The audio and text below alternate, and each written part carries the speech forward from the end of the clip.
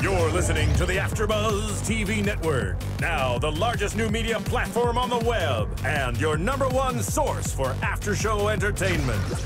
Very good, Keith Johnson.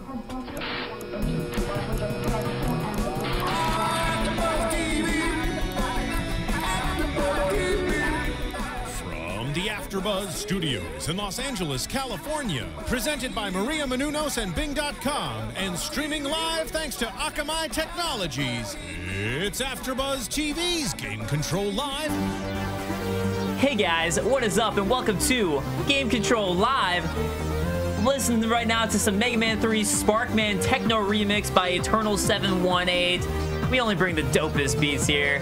All the way across the table with a brand new haircut, sparkling, shiny, Grant Kohrmann. And next to him, this time winning the hair contest for sure, Rachel Moore. Hi! I conceded the competition.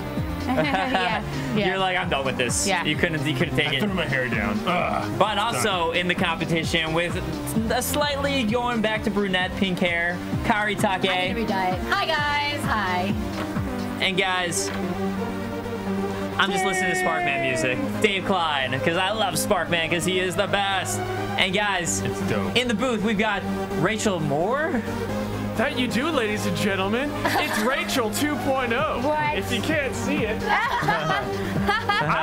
I'm here to talk randomly about how much I like, you know, sex and Saints Row 4, but Nathan mostly Drake. dildo bats. And mostly. You have to have an unhealthy appreciation for Nathan Drake. Yeah. And Scaly Aragon. And oh my God, is it unhealthy? Scaly Aragon commenting, "You're beautiful." He's beautiful. Aw, yeah. And guys, if you do want to call in and join us in the chat live on the air, call us at 424-256-1729. That's 424-256-1729. Owen Harper yelling, "What the hell, John?" So, today we're going to talk about... I want to be pretty. Why are you not in support of this? Today we're going to be talking about China is going to be finally allowing foreign games. It is official as of yesterday. Whoa. And we got a whole bunch of quotes from around the industry back to doing that. We got a whole lot of quick hits. Day of the Tentacle HD that could have been why. EA CLC lawsuit. Are we going to get a college football sport game from EA? Not looking like it. UK trying to do something about misleading app purchases. Thank you. And a whole lot of other quick hit stories. But let's go ahead and jump on the big news of the week, which has a little bit to do with Gabe Newell, a little bit to do with Steam OS and Steam Box. We got both the new Steam OS and Box. Maybe. No. Well, I don't know. Yeah, Never happening. Yeah. Never happening. So Steam OS was announced. So they're basically trying to say, like, Gabe Newell's been trying to push in Linux for a long time, and now instead he's like, let's just create our own OS, Steam OS, which I think is based off of Linux. Yeah, which is based off of Linux. So now, basically, if Windows wants to support Steam, they're going to have to support Linux, and if Mac wants to support Steam, they're going to have to support Linux. Well, Mac is already built on they're built on a it. substrate of Linux, and I don't think that this means that Steam won't be available on either of those two platforms. I just think that it's a real tightly defined push backed by all of Steam's Valve's many varied properties, Half-Life, Dota, right? You know, they're leveraging their gaming content and their network to push past Ouya into the indie games marketplace, I think. Yeah, but I mean, I think a lot of it too is though the fact that Windows is going to want to say that they can have Steam. It's such a big money seller for gamers that they're going to kind of be forced into continuing to support Linux for this sake. And then it's also the big thing is the sake of this is what now every Steam box is going to use, and support is going to be Steam OS. That's what they're going to be run off of. Yeah. So they finally announced that they're going to have their own Steam box. I mean, whether it's going to be available for retail or not, we still don't know, but it's at least going to be for beta testing and usage, and they're going to give out free copies to people who are Steam users. What do you guys think about Steam Box in general? Because we've been hearing about it for a while. I still feel pretty much the same as I did before, which I'll comment on later, but how do you guys feel about the Steam Box? I I don't really care for it. Yeah. I'm curious. She's like the same. Wait a minute. I think I could have copied that reaction from when we were talking about the Ouya a couple months ago. I don't know. No, I don't think so. I have a little more care. interest with Steam than Ouya, though. But Yeah, Ouya was a waste of time. I'm interested was with a waste the of time. Steam box. Like, okay. And I like the idea of See where Steam it OS. goes. I like that. I have Because I'm a Mac so user. many games too. in my Steam collection. Yeah, me too. I'm very much looking forward to this because they've talked about how it's not just okay, we're going to move into the same venue that Ouya has taken a hold of.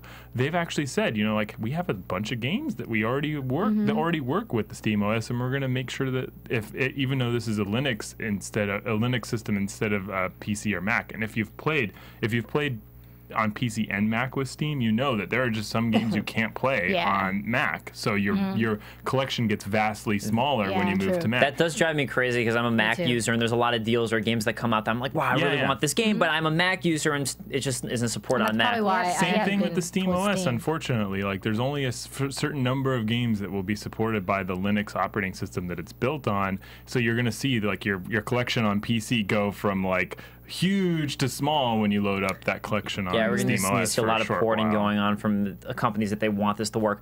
But I guess the thing to me is that it's still going to be, as they were talking about the Steam box, the version made by Valve, is still going to be that idea where you put upgradable components in this so you can replace components, make them more powerful. And that almost That's a defeats... horrible idea. But to me, that almost completely destroys the whole point of it. Like, the point of buying a console is that it's much more simple than a PC or a Mac. You never have to upgrade. You never have to update Is this like confirmed too? Or is this rumors? No, this is something that they were talking about in can't the article imagine about the Steam box. I can't imagine that working because I have a bit of experience with Linux, and like it only ever really works when you have the right components at the right time. But here's the thing about PC games in general is that it's good for the PC market because I think a lot of PC gamers enjoy that they can have the most up-to-date graphics, the most up-to-date graphics card, and a lot of the newest PC games only support the most up-to-date thing. Yeah. And once you have a console, or I mean a PC system that's out of date, you're just kind of SOL until you upgrade your PC. And to me, that's what makes the console market strong, is that for a console gamer, you never have to worry about that. You buy your box and you're set for the next 4 to or now 8-year life cycle of the console. And if the Steam box is an upgradable thing, then it's not something I'm going to want, because to me, it's like, well, I'll just buy a Mac. I'll just buy a Windows, because I'd rather have a computer that multitasks and everything that I can upgrade, and then I'll buy my console for that to game and not have to worry. I think I think they want to bring Dota to the TV. I think they want to bring their games, their collection of games that they know that they can control whether or not it gets onto a console. Or they don't want to bring Halo to the TV. It's already there. Like, they want to bring Dota to the TV. Well, I mean, that is what they bring their want. constant 450,000 I don't need players that. to the TV. But I mean, at the same time, I guess if you're a handy gamer, you can connect your computer to a TV anyways. But at the same time, to me, the whole point of a console being something exciting isn't the fact that it's on a TV. Oh, it's nice.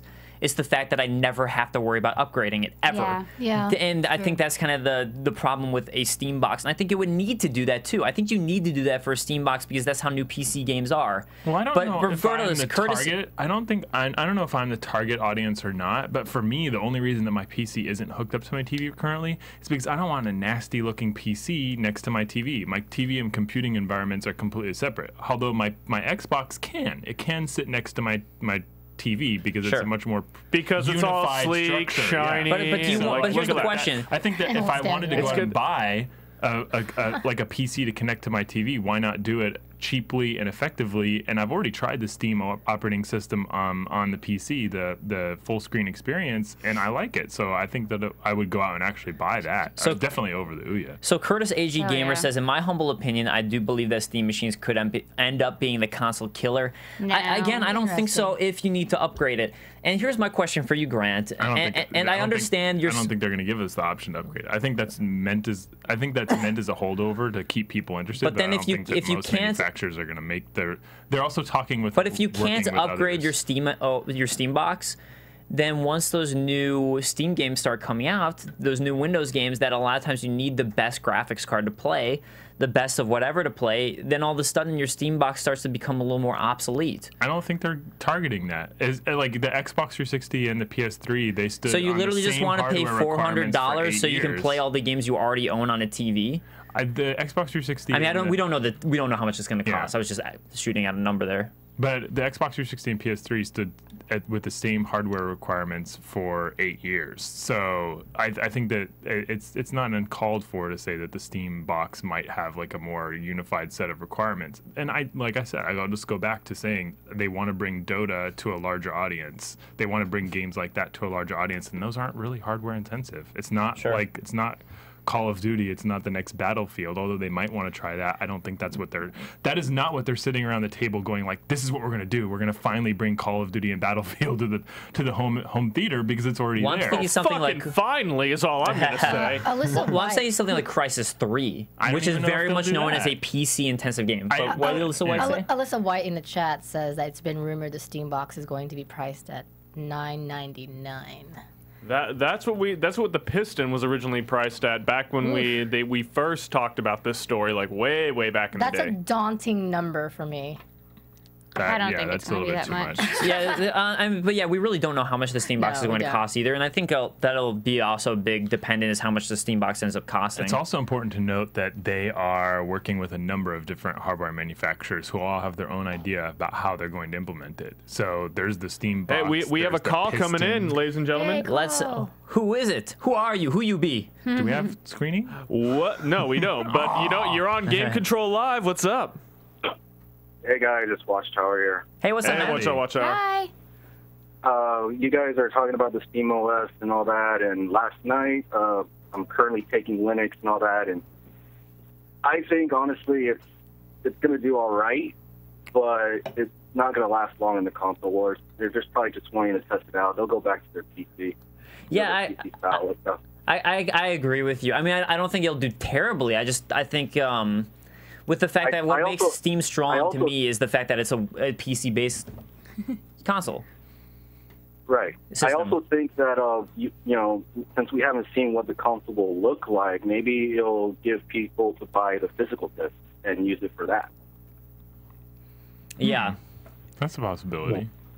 Yeah, definitely. But I think they're still trying to leverage their digital purchases. Like, again, like, I don't want to put my computer next to the TV. I think that it's, like, what I'm going to buy it for is just bringing Dota to the TV. But I guess here's the question, though. Do you really... I mean, I don't know how much it's going to cost. But, I mean, you use Dota with a mouse and keyboard in the first place. That's how you play Dota. You wouldn't really use a controller. Think about this. Like, I could take the Steam box with me other places too.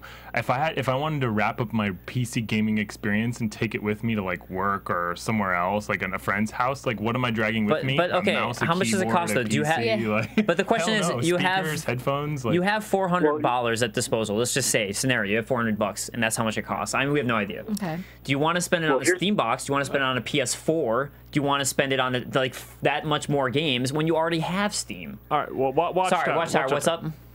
Well, here's the thing. Since they only gave us this type of announcement, just the OS and the controller, we haven't seen what the console looks like. We don't know what the specs are, so we're already kind of being too quick to assume, like, is it even worth getting it? Because we already know what the specs are for the Xbox One. We already know what the PS4 specs are. They're pretty much optimized PCs.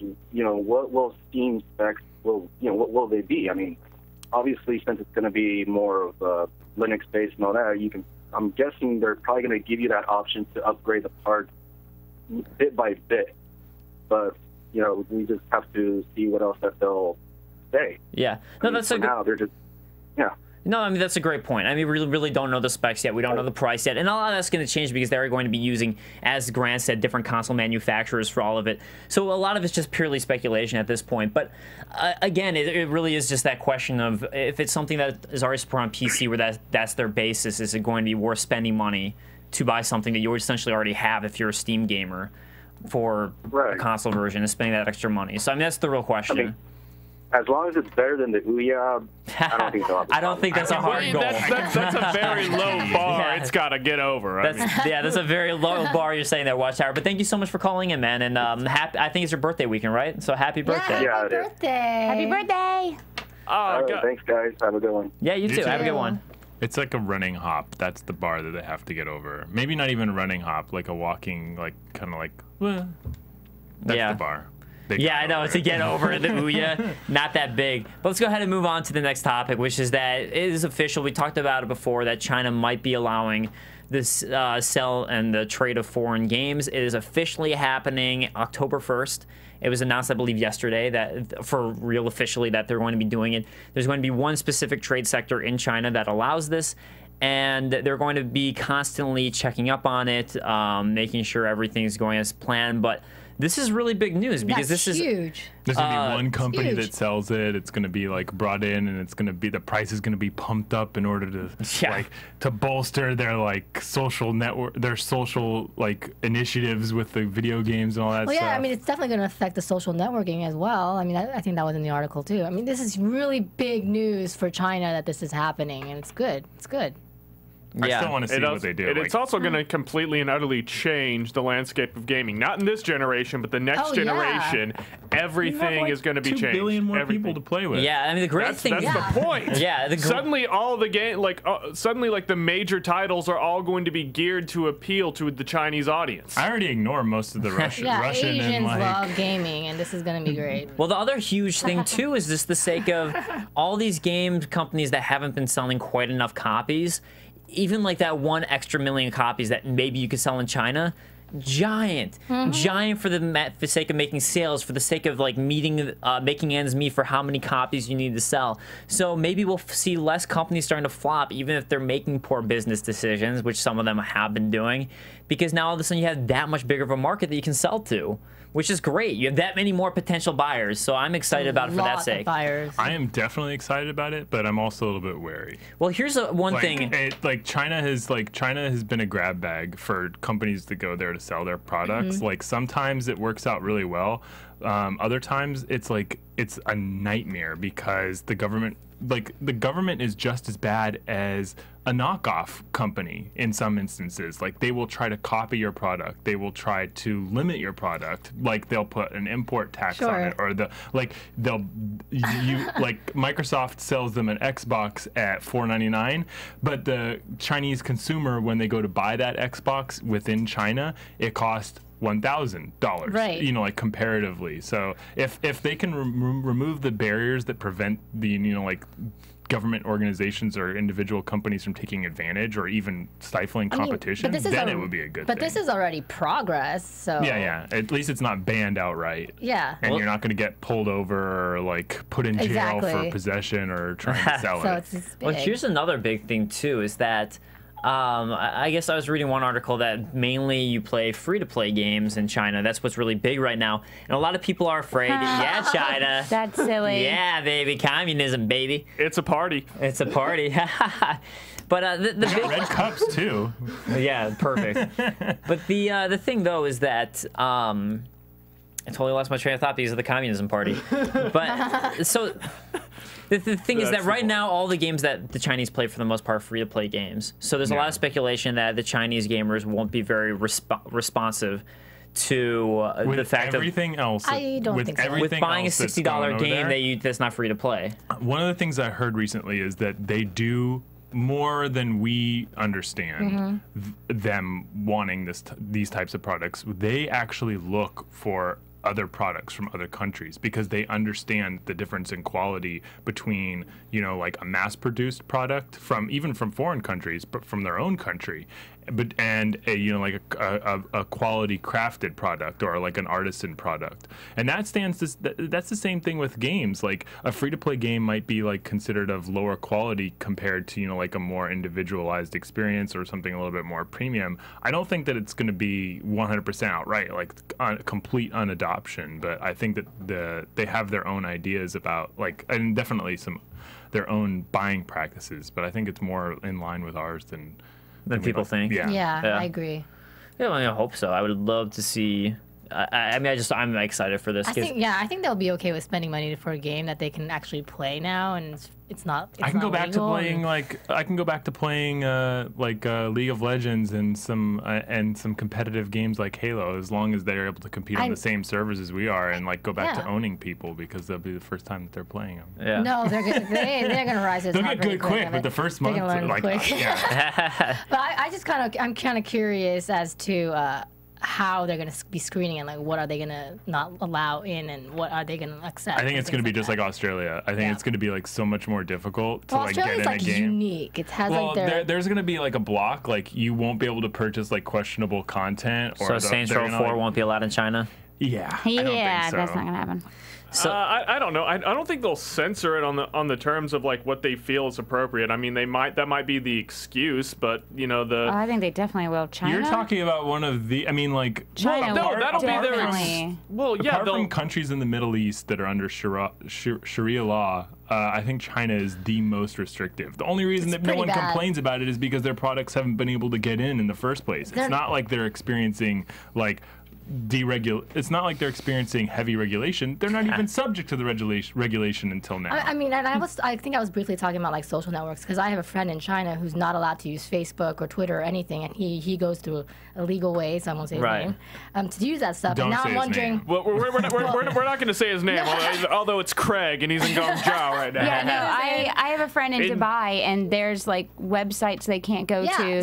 They can't do like Netflix. So I'm just kind of wondering like how the gaming being allowed is going to affect it, because a lot of times games are associated with social networks. So. Well, I mean, you don't need a social network to game, though. That's the thing. No, but I mean, I don't do anything social network wise with my games. But you were saying they're free-to-play games. I tweet out pictures. Their games that are available in China, Raptor. those free-to-play games, are heavily leveraged on social networking. Yeah. Their own Chinese social networks. So there's a good chance that they will just automatically be looking for those types of connections with new games that come in, and ones that are lacking in it will not be picked up as easily as ones that actually do have a heavy social connection. So Hayden Gorange saying, can someone think of the servers when China goes online? Please, God, someone think of the poor servers. Their way. It will be bad. Yeah, they'll probably need to do a lot of server maintenance on some of these online games. Hey, that money's going to come in right along with those.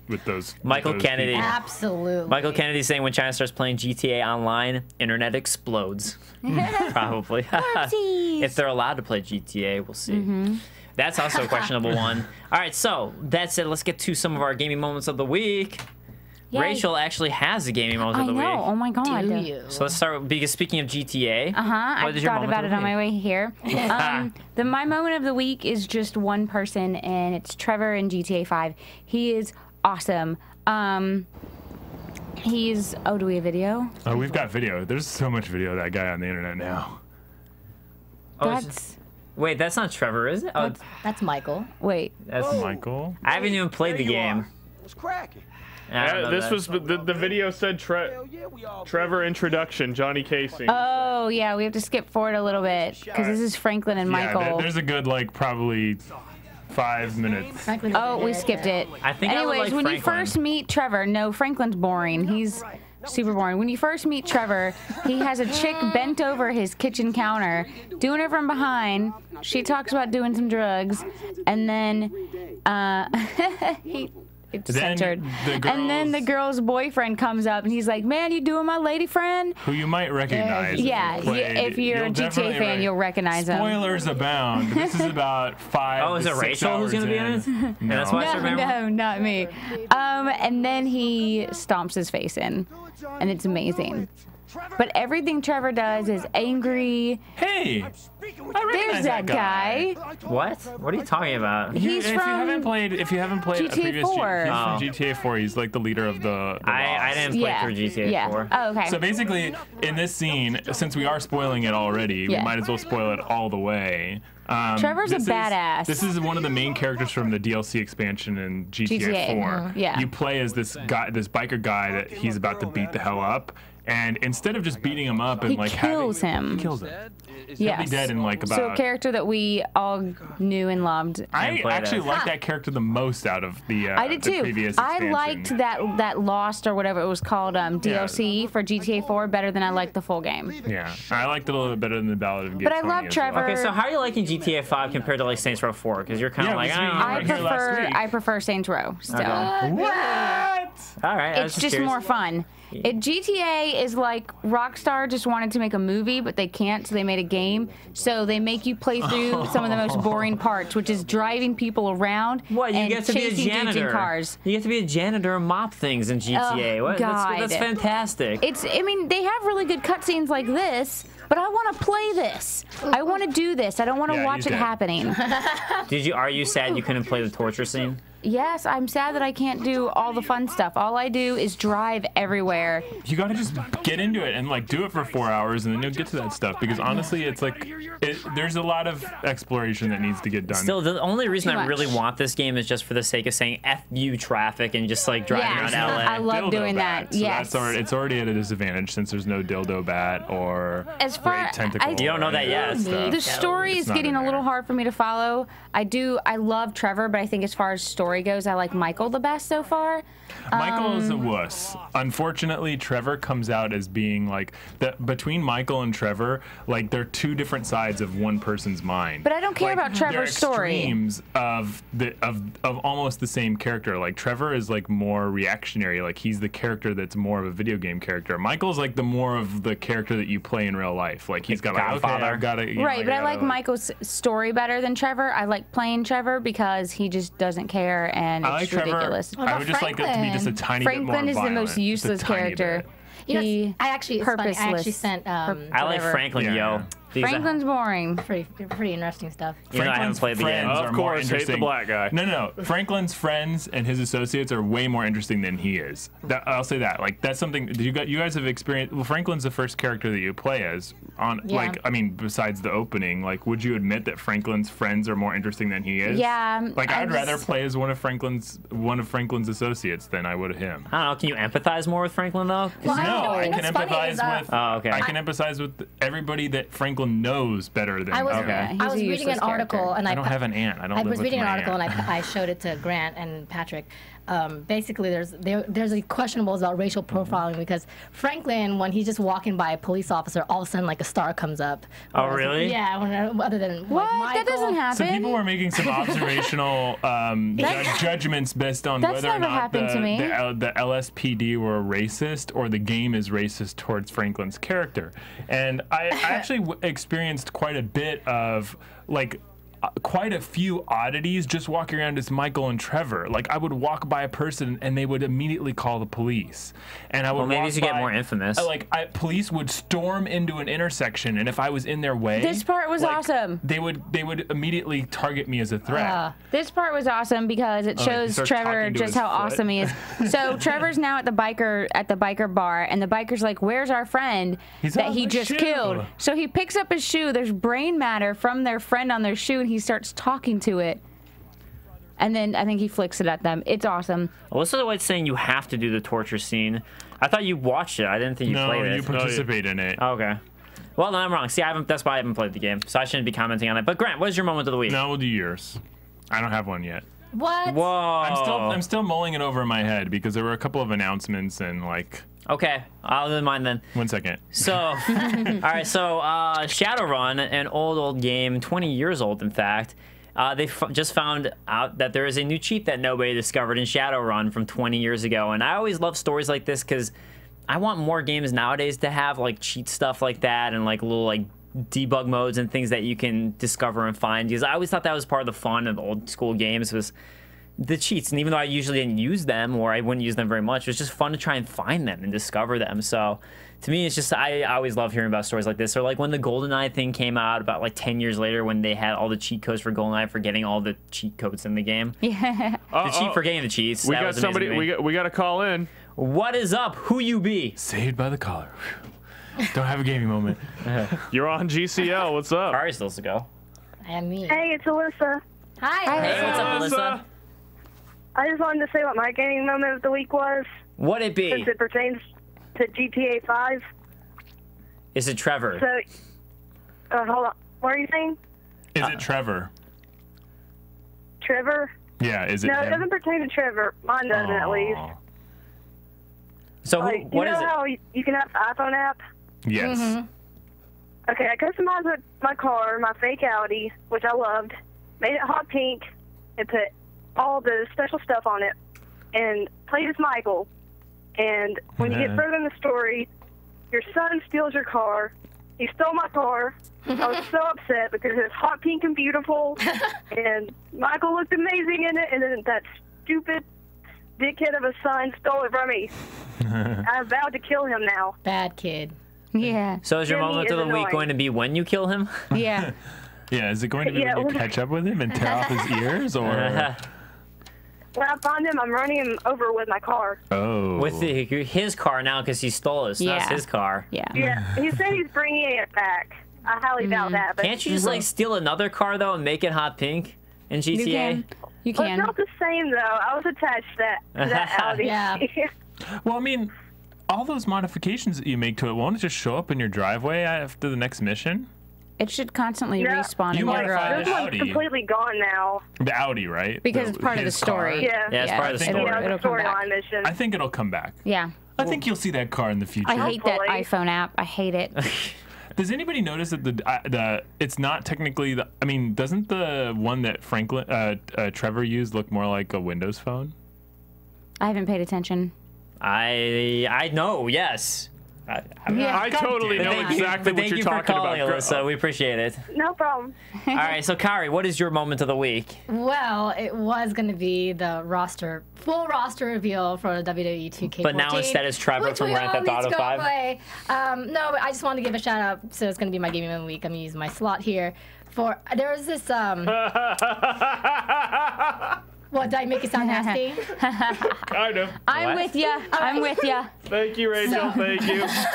Anyway, so Breaking Bad's finale is tomorrow, and Oh yesterday yeah, honestly, yeah. Oh, yes. Yes. Cannot Yesterday wait for at that. work, instead of doing a lot of work, I was playing this online game where you get to shoot as many Heisenbergs as you can behind Who 8. would want to do that? Because now he's a... Never mind. I don't want to ruin it for people that play Breaking Bad. Heisenberg. You You'd know, want to be barrels of money. Heisenberg dropping like those little meth bombs onto people or something. I want to play as Jesse. It was still killing fun. So Heisenberg. that was my gaming moment of the week, is playing. Has trying to anybody kill made a Heisenberg. What's it game called? where you like I don't know. It's just like a have to website. I'll create send it meth? to you guys. I'll put it on the YouTube. Got it. that. There used to be this game I used to play way back in the day on my Mac, which was like called Drug Wars, I think. And you would buy drugs, and then you'd go to another drug dealer and sell the drugs, and you would want to sell it for a higher price. You wouldn't want to get caught by the cops. Yeah, I remember really that. cool. So Candy Box. It's essentially that like is. it's like a textual game. Yeah, it was All right, just I have my text. game moment of the Okay, week. Grant, what is it now, Thank finally? you, Alyssa, for calling in and giving me a moment to collect my thoughts. She said, did I accidentally say Was Grant? it cutting your hair? Oh yeah, No, yeah, no, you no. totally did. No, that's not a very big gaming moment. Okay, since we did talk about it a little bit, but we didn't really touch on the controller, the Oh, Steam yeah, that's controller. right, yeah. Honestly, this was the thing that hit me the most this week was the Steam controller. Amid playing Grand Theft Auto and writing and finishing the review that I had for Lost Planet 3, my gaming moment of the week is the Steam controller, because honestly, that is the first piece of hardware that we saw out of Valve. It's not really the Steam box. Yeah. It's the Steam controller is the first piece of hardware that we've seen. And it's a revolutionary piece of hardware. There are no thumbsticks on this, people. It's like touchpads that look like little speaker, like horns. Oh, I didn't actually see what it And, looked like. Like there's a touch screen in the middle of it, like the Ouya. Now you do. It's a very revolutionary controller design meant to alleviate the fact that you can't use a PC mouse and keyboard with the actual Steam prototype boxes that they are developing with other manufacturers. So those thumbsticks function as mice. Each thumbstick has a quadrant up, down, left, and right, which you can actually click as well. But the fact that they are not thumbsticks, they're kind of like, haptic feedback devices, means that they'll be more like mice to the user as opposed to thumbstick. I don't think I like it. I'm kind of curious now. It looks kind of cool. Developers that have used it have said that it looks comfortable. well. You know what? People said that about the PSP's thumbstick things I first honestly too. think that the whole reason that they're doing this push is to get Dota on to TV screens. I think that they want to bring the MOBA and like real-time strategy experiences to the PC, and basically get ahead of the console manufacturers and offer a unique gaming experience on the TV and get rid of the mouse and the keyboard. I mean, I don't disagree with that as being a possibility, but I still wonder how many big LOL players and MOBA players are going to actually support this, as opposed to they're used to a keyboard. They've been doing it like that for a long time, and that's probably what they've gotten really good at. A revolutionary controller upgrade or a revolutionary controller like that one might go halfway to fixing that problem. Technically the Kinect was also a revolutionary controller, Grant. You try playing a real-time strategy game with the Kinect and get back to me. I will. I'll do that. I bet it would work kind of cool, because then you'd control your. Holy shit, that would be awesome! Yeah, standing there, waving my arms, like I shall send these minions. I shall send flick them. I send you that way and move them there. It's almost like conducting an army. You just hear the screams of your Terran troops or your Zerglings just as they fall over the edge. Oh shit! I want to be too far. I want to be like a conductor while I'm playing RTS games. So, I don't know, man. Crazy controller, though, so I guess we'll see. So, yeah. Definitely different. But let's go ahead and talk about... that's a quote, because we got a bunch of quotes this week from around the industry.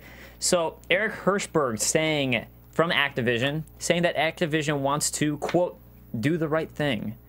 He's frustrated with the image that Activision has been receiving. He thinks that all the people behind Activision are very passionate about what they do and what they make, and that they're trying to do the right thing for gamers. I mean, maybe I would imagine every developer is very passionate about what they're making. I mean, you make a game, you want it to be the best game you can. The question about Activision has never really been the developers, and I think a lot of these evil corporations, it's all about upper management. To me, it's always been like, well, the upper management wants a sequel for Activision. And yes, Spike Lee is also behind Eric Hirschberg. I did not like that movie. I'm just saying. I enjoyed it. I liked it. I didn't. I had to watch it for my theory in film class. That's why. I watched it for class as well. Yeah. But anyways, I don't know. I mean, what do you guys think about Activision? I kind of want to wait to see. I mean, there's some pretty big gaming. With the college football thing. With Activision and it trying to separate from Vivendi, I think there's a lot of really unprecedented stuff happening in video games. Billions of dollars are being moved around, and some companies are re-strategizing. They're creating new strategies that will completely change the way the next 8 years are played by consumers. So we really have to kind of wait and see how the next year works out, and after this year, I think the entire landscape will be changed. Yeah, I mean, he's mainly he's complaining that people don't think Activision take risks and that they're the evil corporation that they're being called. And he's like, well, look at Skylanders. That was completely new and innovative and different. Pretty risky innovation. Which was risky, and it was risky, but it was also for the more so as opposed to being a good game. It was for the sake of making $1 billion. Where the hell is the Skylanders TV show? But then the other thing was Call of Duty. But I mean, to me, the reason that I think of Activision, I don't think of them as being an evil company. I think of them as being a boring company. Yeah, they haven't done anything that's interest me in a while. Yeah, and it's okay, they got really Call of Duty, great. And then so now we see Call of Duty every single year. That's boring to me. And then Tony Hawk back in the day, that was Activision. Tony Hawk was great when it first came out. Then we saw it every single year. And then they ran it into the ground. Yeah, they ran it into the ground. So I don't think of them as being evil. They're just boring. A lot of game companies run their franchises into the ground. I was about to say, shall we mention another one that comes out with a certain assassin game? Oh, wait, sorry, that wasn't subtle enough. Here's the thing. I'll give Ubisoft this. I'll give Ubisoft this. They said they put out games. They do put out Assassin's Creed every single year, but they do big risks, more so than Skylanders, and they do stuff that is kind of innovative, like Watch Dogs. Yeah, like Watch Dogs. Well, yeah, the company does. Yeah, so I mean, while Assassin's Creed's been running into the ground, that's pretty much the only example. And at least that completely changes every time. They really do change that one up. But I mean, like, they just reskin it, though. Well, I mean, I think Black Flag looks very different. If you were to play Black Flag compared to Assassin's Creed Brotherhood, it's a very different game. If you haven't watched the video that they just posted about how there's different, like how the different characters relate to the main character and like what number of people are surrounding the main character on the ship, like they just released a video this week showing like in depth the interaction between you and a lot of other key people in the game. Yeah, and like it's a lot more expansive than I thought. But, yeah, it's like not just about boats. It's not just about pirates. It's like there's an actual really deep story there that I kind of want to see their take on it. I mean, to me, like, I want Blackbeard as like a mentor too. But I guess to me, like with Ubisoft, it's like they finally brought back Rayman, which isn't necessarily innovative, but they hadn't done it in a long time when Origins came out. And then it's like Watch Dogs. You have The Crew. You have okay, Splinter Cell's boring to me. Yeah, The Division. So I mean, like most of the games that I could list from Ubisoft are new and different. Whereas Activision, all I think of is like, oh, another Call of Duty. Yeah, another Tony Hawk. That's all I think of with Activision is another this. Ubisoft does a lot. I mean, you just look at their E3 boost. Like Ubisoft has like at least 4 or 5 different like games, like new IPs. Yeah, new IPs that are set up. Like you see new shit all the time. But like if you're over like Activision, there's like 3. It's funny, I used to really dislike Ubisoft, and it seems like they've been taking risks. Activision is also Blizzard too, and Blizzard as a company is not Blizzard just has been boring stagnant. lately. Yeah, they're not just sitting stagnant though. Diablo 3, Diablo 2, World of Warcraft expansion, World of Warcraft expansion again, another World of Warcraft expansion, another World of Warcraft expansion. StarCraft 2 is StarCraft 2 expansion, another StarCraft 2. Like, I mean, to me, Blizzard has gotten very boring. MMO, and they just came out with a new trading card game, which is actually pretty good. I mean, I used to love Blizzard as a company. I think they got boring to me, too. So, I mean, that's me personally. I know people are diehard Blizzard fans. I know Leah will watch this and murder my face. If you guys know, you murder know your Leah at least. face. But I cannot honestly wait until their new MMO. They're free. They're not free to play. I'm going to wait to see what it is Destiny. first. Project Destiny. Yeah. I honestly like. Which is different than Bungie's Destiny. Okay, never mind. I was thinking of Bungie's. I'm excited for that. All right, so, I mean, but Activision is behind that. Activision actually is partnering with Bungie for Destiny. The other Destiny. So, another quote. Jenova Chen believes games could go deeper. I'm not being sexual. Yeah. You may not be, Dave, but give me 1 second and... He's like, let me pull up a senseless internet meme to really make this... Why? It's not a senseless internet meme. Take this down. Women. The Bears didn't. This is about the Bears. Take it down. When you've got no other options. I thought it said women, you've got no other option. I was like, when what? you got. When you've got no other so option. basically they're saying that the Bears always destroy the Packers, so the Packers have to try and do what they can to beat the Bears. They had to take That's it how up I'm going to interpret it. the butt. I'm a Bears fan. Packers over Bears. Take this atrocity down.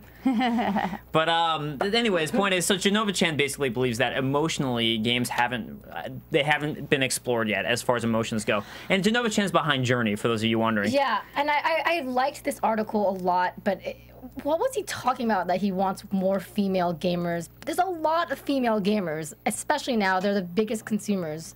But they mainly are playing social games. That's true, though, like casual games. That's true, but he's saying that he needs things to be more emotional, specifically to target the female audience, and I don't think that's necessarily true. I don't need an emotional game. Just give me big guns, lots of blood, and some boobs. But I think if you look Rachel, I might as well just give you your official man card. You are a dude with just a nice rack. I don't think you can go out on the street and you're not gonna like go out on the street and like rally the girls behind you with that mentality. That's I mean, I really think not all girls, but I think a lot of girls really don't relate to a lot of games. A lot, not all. So I mean, I think it's just his idea of like you create an emotionally sound experience where it's something different. But I agree. Then go play Imagine Babies. I want to see Anita Sarkeesian's response to this article. Oh yeah. Well, he was like, I'm not trying to be sexist, but. Yeah. But oh yeah, that's like the dude. I'm not racist, but like, yeah, that's always the lead into the most racist I'm not shit. sexist, racist, or misogynist. Journey was a really, really good game, don't say and I really liked Journey. Well, I'm not a woman, so I didn't play Journey. Yeah, I didn't like Journey. Kidding. That game puts me to sleep. I think the game looks fantastic, No, but I haven't had a chance to play it. It's a warm glass of milk, but it's a very. It's honestly like meditating. It's a very enjoyable on video. It's a great. I know game. you're a woman, so you understand it. Oh my goodness. I'm just joking. Look, That's a chick game. I actually I haven't played it yet, but it's a game that I think I would enjoy. But on the same token, I played Genova's first game. I'm not remembering what it was called, but Flow. I hated Flow. God. I hated Flow. I thought it was a terrible game. It's the same thing. Journey is Flow, except you're some person in a, what do you call those things? Parkas. So you keep on consuming person in a parka. It's the whole package. You heard it here. The music too. Rachel associates Flow with Journey. The only difference is you're a large macrobiotic organism in a parka. You are, because you just collect. You're just Instead of you're an floating embryo. around a desert, picking up these little things that make your skirt longer. You're missing out on the element of the composition of the music and the visuals. I enjoy So wait. Journey, stuff Flow, I love. Oh my god! Flower. I haven't played Journey, but that really does sound like Flow when you describe it like that. Flower is very Journey is a similar 3D to version of float Flow. around. Jenova Chen only knows how to make one kind of game.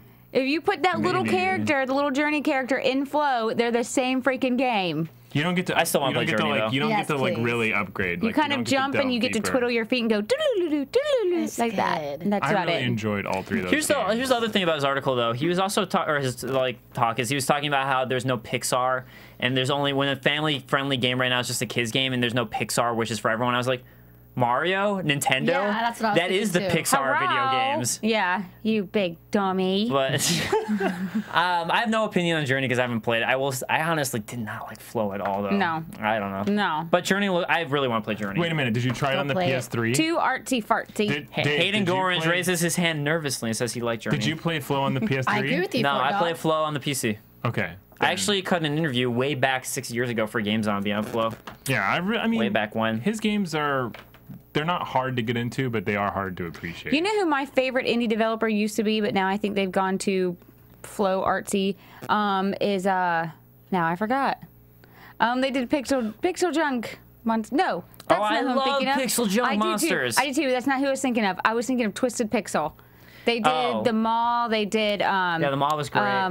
What's the guy? The flaming Dynamite guy. Boy, Explosion Man. Explosion Man, and then they had the Comic Jumper. They've gone downhill since Comic Jumper. Well, then they did Missplosion Man, and now they're doing Loco Cycle. And then they had the Puppet Master game.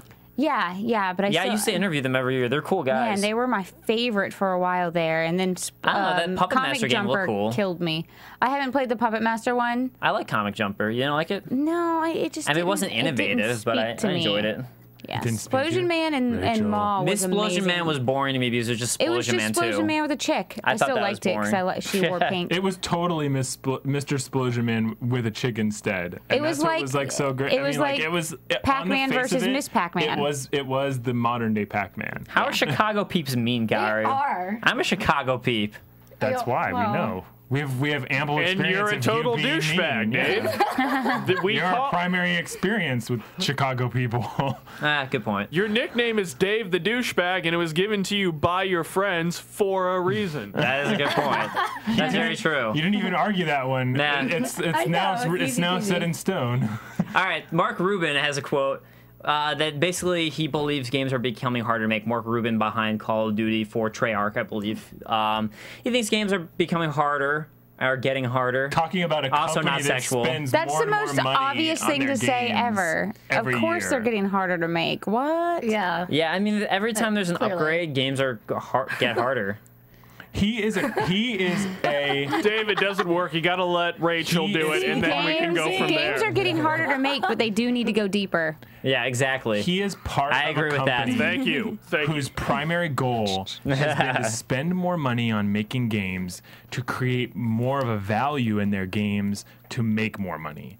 He's not a part of a company which is trying to innovate and create cheaper games to make the same type of money. So, like, Call of Duty is a franchise which continually ramps up raises not the quality bar, but like raises the competition. Like, how much can we spend? how amazing and grand can we make it, and then how much can we get out of the consumer? Look, you have to look at the casual market though, and the thing is, like, I've been with friends who aren't big gamers, who all they care about are the graphics, and like even like I was doing some work for the Real Stanley. Really? I was doing some work for the Real Stanley, and some of the guys who were like my camera guy there wasn't a big gamer. Wait, it wasn't the fake Stanley. It was it was the real Stanley. Okay. But I do work for the fake Stanley as well.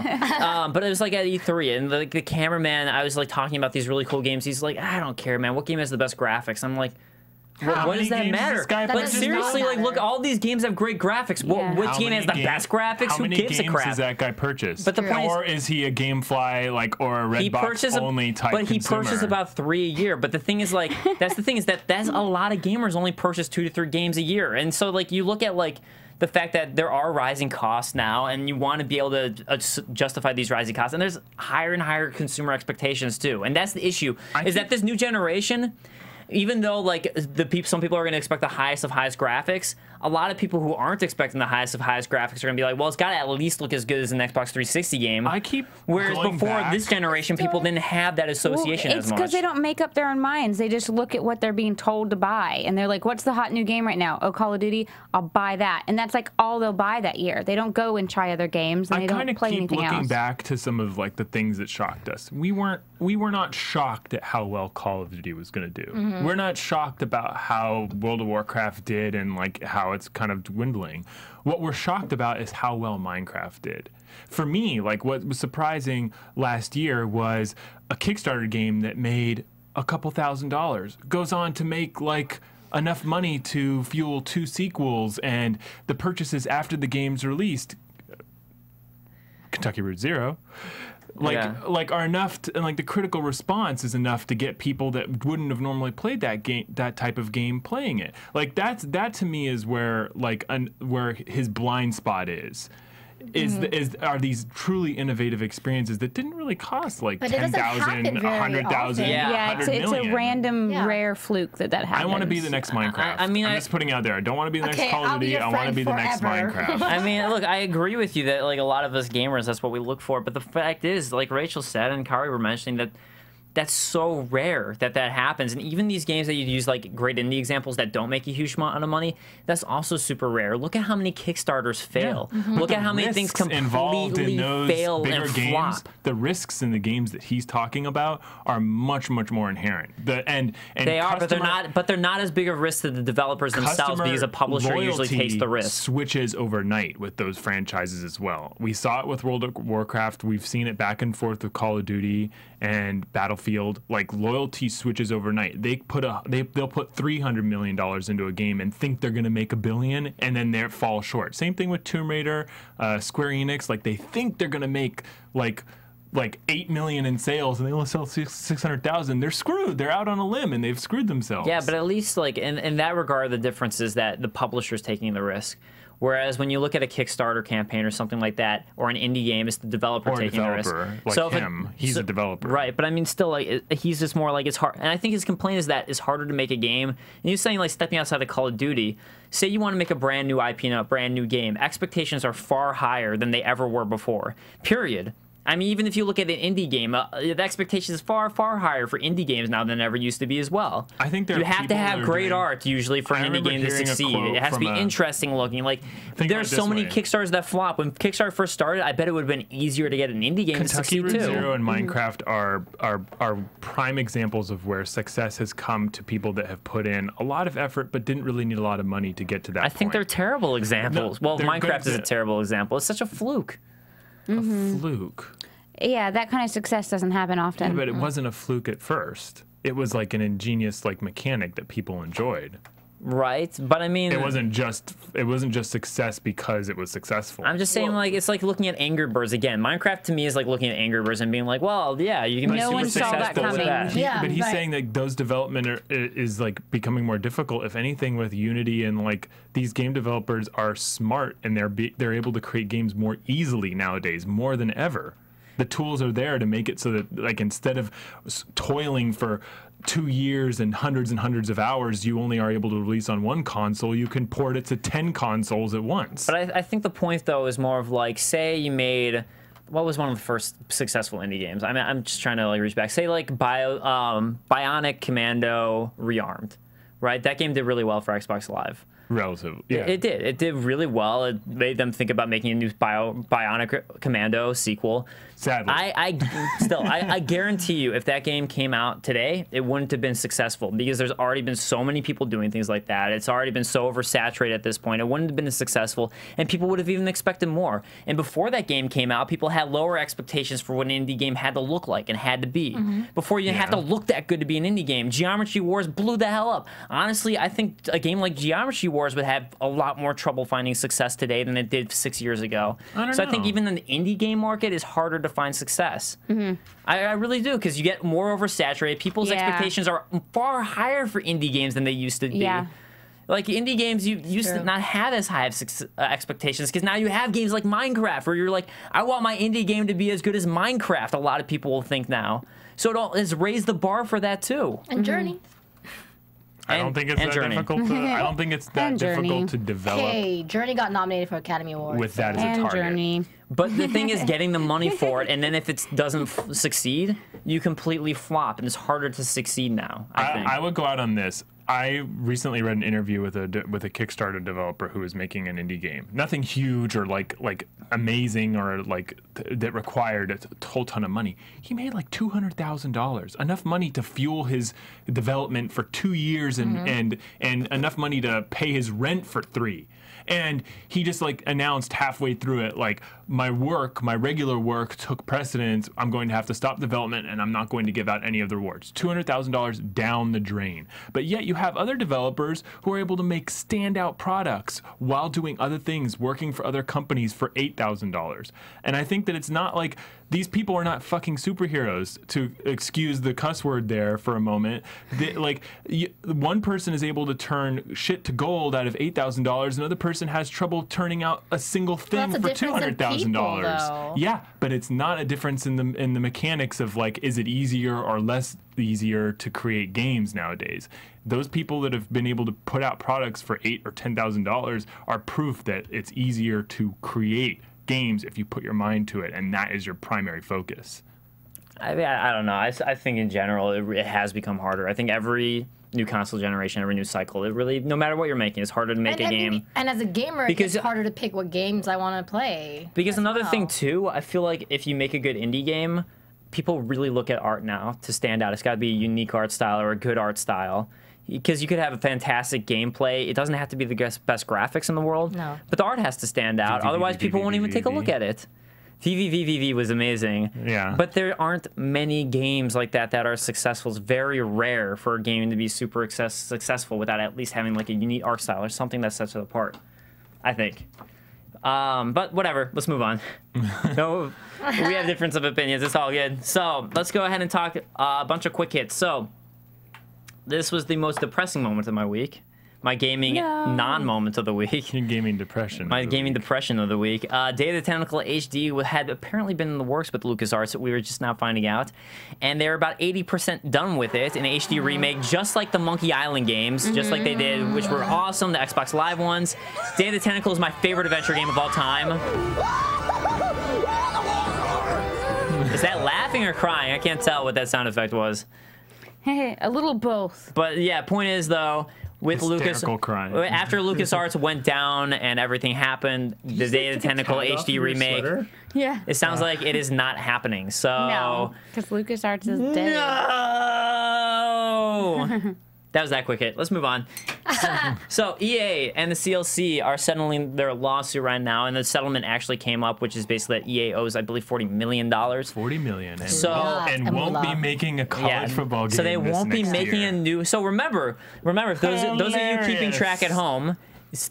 Previously, they'd stated EA had been like, because they hadn't been able to get the NCAA license, they were having trouble. They're like, it doesn't matter. We're still going to make a new college football game. Why not NCAA move forward game. and make the And now they're saying they're not going to. Yeah. So this has actually affected them. They're not going to be able to come out with a new college football game this year. I think this does more to hurt the CLC and the licensing agency, because they might have won out a small like $40 million settlement. Split that up amongst the college football like people, like pay it out to the personalities. they lose out in the long run. Well, that's what the $40 million is for. Humongous game next year that they will also get licensing royalties. Do you know what I think about the lack of having a college? What did you say, football or basketball? Football. I know. Wait a minute. Football game this year. I don't give a shit. Zero thought given. Exactly. I'm sure a lot of people are pissed off about that. Rachel's money ain't gonna be spent on that shit. No, it ain't. So, UK is trying to do something about the use of misleading in-app purchases, specifically for games for kids. The fact that it'd be like a lot of in-app purchases, they don't really specify that you're buying something, and kids are dumb, yo. So they'll just buy something without like looking at it and just use your credit card. 500 apples. So yeah, 500 apples or whatever. I had a nightmare about this last night. I had a nightmare that I was playing GTA and I was in ammunition and I was like, I need all these bullets. I was just like jamming on the bullet button. Jamming on the and then I realized that no, wait, every pack of bullets I was buying, it was $4.99 charging to my PayPal. No. And I was like, what? I bought so many bullets. See, that's why I've disabled in-app purchases. That was my nightmare. See, this is the problem. You're on your iPad playing free-to-play games before going to bed, and you're having microtransaction nightmares. Yeah. Okay. I hate our modern world. I really fucking do. The fact that can be a nightmare is worse than the actual thing. That the UK legislation is actually it's the right thing too late. Like that needed to happen a year ago. It did, but you know what though? I mean, hey, I don't think the US has that. So you know what? I'm glad. I applaud them for finally addressing it. And they're specifically saying for kids games, not for games for older people, but they're specifically saying like you just have to make it very, very clear. Not that it's not allowed to have in-app purchases, but just make it incredibly clear that that's what the kids are doing. Why don't they just leave it up to the parents and have the parents turn the option off? I turn the option off on mine, and I do just on for mine myself. too. Yeah. Hello, parents. Stop making me do all your work. Dial by accident. Who knows what happened? I was kind of pissed that I put so much energy into I said this last week, Amateur Surgeon 3, and I hit a paywall after like 4 hours of playing it, and it made me not want to play the game. Yeah. So like the previous Amateur Surgeon, I played for so many more hours than this most recent Adult Swim version, and I think that them trying to monetize it in that way, the free to play, the microtransaction, like just made me like turn Plants it down vs Zombies 2. I was excited for it. It's a free to play with microtransactions. Downloaded it, played through a little bit, and as soon as like that stuff started popping up, I was just like, I hate this game. I deleted it. I'm never gonna play Plants vs Zombies 2 again, ever. Period. Let's I'm done with it. For a moment, it is misleading. I'm done with you, Plants vs Zombies 2. A tiny little. I was willing to pay $5 for it. That's why I paid for the first one. It was fine. He just broke up with your ass. Sorry, I'm bull But rant. a tiny little caveat: contains microtransactions is not enough. Like they should outline, you know, like, hey, every 3 minutes we're gonna bug the hell out of you that your time is running out, and in order to continue playing for another half hour, you need to pay for something. Like I think that's what they're aiming and trying to establish is like that it's not, you know, free. It's free until the 30 minutes. Are you gonna put that back in your mouth? If I want to get pestered, I know, I'm a little grossed out right now. Yucky! It's my gum. He took his gum off of his Red Bull can and put it back in his mouth. Well, he's had it on the Red Bull can for the past 40 minutes. Yes, if I was putting my gum on hold. I was drinking my Red Bull. Yeah. Let me know, guys. I do that too. I just keep it in the back of my mouth so it gets a little bit of Red Bull flavor. I put it under my tongue. And then it deteriorates and turns into liquid gum. And then you drink it. So Alyssa White saying, because I was depressed about Dave the Tentacle, the only thing that could depress Dave more is if something bad happens to Dark Souls 2. Just opposed to saying that he agrees, I'd be crying and not wanting to talk about anything else. I think I just wouldn't be here. Really, if something happened, they'd be like, "Where's Dave? He'd be swinging by a rope in his closet." Yeah. So other news, yeah. Not to make light of suicide, but other news. One last thing to say on this: if I wanted to be constantly pestered about how I need to, you know, pay some more money to get my time extended, I would just live at the strip club. Grant. Yeah, me too. Yes. God, strip clubs are boring. Not in GTA, they're not.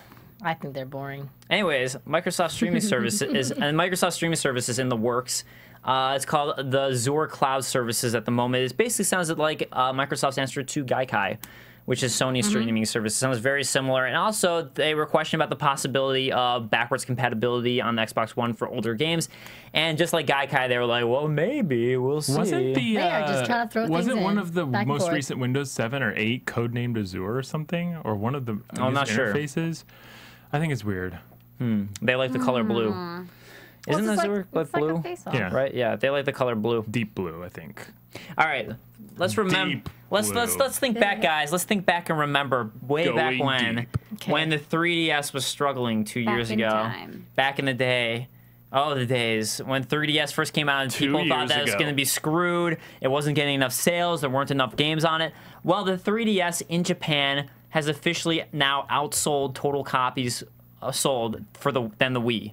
It has now sold more total units than the Wii has ever sold in Japan. So the Wii, the Wii, not the Wii U, not the Wii U, the Wii, Nintendo's best-selling system to date. The 3D, well, I mean, I guess Game Boy's probably the best, but like not the 3DS XL, the 3DS proper. Just the 3DS proper has outsold the Nintendo Wii. Isn't that in Globe also the XL? I don't know. I'm not sure if it englobes at all. I think it's a combo. I don't know. The question is, does it also englobe the 2DS? Well, I think they're keen on making a distinction between the two, because if all of a sudden the 3DS XL but the article had a picture of an XL. Did they? Hey, how many? Maybe they were just an idiot. Yeah, maybe the person writing the article was dumb, or the editor was dumb and didn't know. 3DS picture search input done. We can't trust all those people. The editor, we don't know. Search for a picture of the 3DS right now on Google. I guarantee you're going to see it. I have a 3DS and no 3DS XL. So regardless, anyways, great news for the 3DS, because I actually was one of the first supporters of the 3DS, and I'm glad. I love the 3DS. I'm glad it's doing well. So 3DS doing incredibly well. So all you people out there who think that Nintendo's screwed because the Wii U is doing so poorly, keep in mind the 3DS is killing it for them. They're fine. They're doing okay. So other news, new 2K Games studio just might be in good hands. So there's a new 2K Games studio that is opening in the Bay Area, being headed by Rod Ferguson, who was a producer on Gears of War and BioShock Infinite. Just a couple big titles. They already had a 2K office or division in the Bay Area. There's a new one opening up. So this, I think, is their third that's opening up. Because there's one in, there's one in Marin. But I mean, specifically, I think they're making one game. So they're making one new title headed by Rod Ferguson, who was a producer on Gears of War and BioShock Infinite. I think he said on Twitter, like, the first thing that he wants to do in his new office is get brand new Scotch glasses. Oh, so they're doing pretty well then. They're just drinking Scotch. One can assume I'd ask for a claptrap assistant. Popping back scotches. Don't you know that's the secret to great game design? You get blackout drunk, sit a programmer. Oh, I love Scotch. Well, yeah, programmers program best when they're not thinking. Oh yeah, you get a programmer blackout drunk, sit him in front of a computer, and holy fuck, like 2 weeks later you have Gears of War. That's how that happened. He knows the secret. I mean, he's been there before. So Activision Blizzard Vivendi update. They are now having more court disputes, more going on. I mean, it's basically like right now there's I think October 20th, there's going to be a vote that has to take place now. So still holding off to find out what happens. But it sounds like October 20th is the date of one vote that needs to go down that I think is going to be from external people to vote what happens with it outside the company. So still waiting to see if they're going to depart from their former selves. Parents. Their parent. Their parent Activision company is wanting to move out of the basement, and they just have an overbearing mom. So, all right, let's go ahead and talk about some comments and questions from last week. So, last week on YouTube, Alyssa White saying that the Evil Within's new trailer at Tokyo Game Show has me even more excited than about the game than I was before. What game? The Evil Within. What was her excitement? Remember barbed wire game? Yeah, that was awesome at E3. I just am worried about the controls. The controls climbing out of the controls are a nightmare. But I mean, I'm just disappointed because if you can't create barbed wire, then what's the point of the game? I think the Evil Within looks awesome. Shadow Demon Rage, a.k.a. Zafan, who's always on the chat, saying, "Wah! Hold the phone. Hide your kids, hide your wife, shut the front door. I've waited all through the PS3, 360 era, and finally, at the end of their lifestyles, we're finally getting a next-gen guilty mother-loving Gear. Finally, Guilty Gear. I love this man. Who are you? Who are you, sir? He's a fan. He's always on the chat. We need to hang out. He's always on the chat. All right. Not liking the art design, and the name sounds kind of dumb as it's Guilty Gear Zerd sign, XRD. The name sounds kind of dumb, but I'm just happy to finally get a next-gen Guilty Gear. I can only hope it plays like a Guilty game and not a BlazBlue or a Marvel. BlazBlue. BlazBlue. He actually spelled it as BlazBlue. But that's how it's spelled. I thought it was spelled B-L-A-Z. It is B-L-A-Z. He spelled it wrong? But no, he spelled it with an E at the end. Probably so I would pronounce it right, which I didn't anyways. You're welcome. Foiled his plans. And Alyssa White, thank you again for the sweet shout out. You're welcome. No, thank you for your shout out to all of us. That was wonderful. So guys, question of the week is SteamOS and Steambox. How do you feel about it? Do you think that, hey, this is really exciting news, I can't wait to see what Steambox says? Do you think it's going to succeed? Do you think it's going to fail? How do you think it's going to compare to the consoles and PC market? So what do you think? Or, I mean, do you think... I would say most specifically don't compare it to the consoles, because I don't think you're going to be playing console games on it. I think that's the comparison, though, because to me, it's something that I would buy as opposed to a console. If it comes out at that price point... If I would buy it as opposed to a PC, I would just buy a PC, period. I think that their battle is going to be with consoles, personally. But regardless, do you think it's going to be better than the Ouya? Yes, that's I can anticipate the answer to this question 1 week in advance. So, guys, what do you think? We would love to hear your thoughts. With that said, that's it for this week. Thank you guys so much for joining us. No rewind today, but we will be back next week with Rayman Origins. Next week with Rayman Origins. Then we'll be doing some Saints Row 4, Grand Theft Auto 5. So we got a lot of rewinds coming up. Sorry about this week, but we're playing some Chrono Trigger 680 Piano Solo HD by Kyle Laundry.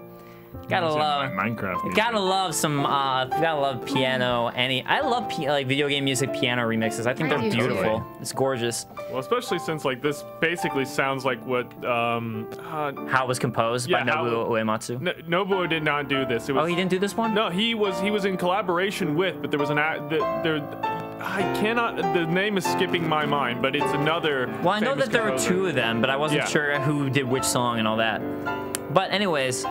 Great song, so check it out. And guys, check out Game Control Live on Twitter at Game Control Live. You can check us out on YouTube at Game Control Tube. Check us out every single week. We're going to be expanding soon, so check out everything we got. And guys, I'm Dave Klein. You can find me on Twitter at the Dave Klein. That is Klein. You can find me at Kaorious, Kaorious. You can find me on Twitter at GAK. And I'm on Twitter too. It's at the Rachel. John Quick. And you can find me at Now Quick. Where can we find you right now, though? Nesquik. You can find me locked in this stupid fucking room yet again for the I don't even know how manyth Saturday in a row. Dave, we do lock him in. Are we gonna get? Is he gonna get out next week? No. Take him on a walk? No.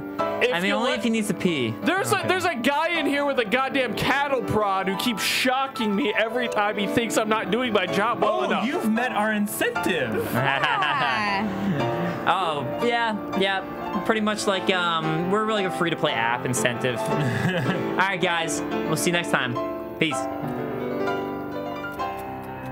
Pay $5 for 5 zaps. From Bing.com, executive producers Maria Menounos, Kevin Undergaro, Phil Svitek, and the entire AfterBuzz TV staff. We would like to thank you for listening to the AfterBuzz TV network. To watch or listen to other after shows and post comments or questions, be sure to visit AfterBuzzTV.com. I'm Sir Richard Wentworth, and this has been a presentation of AfterBuzz TV. The views expressed herein are those of the hosts only and do not necessarily reflect the views of AfterBuzz TV or its owners or principals.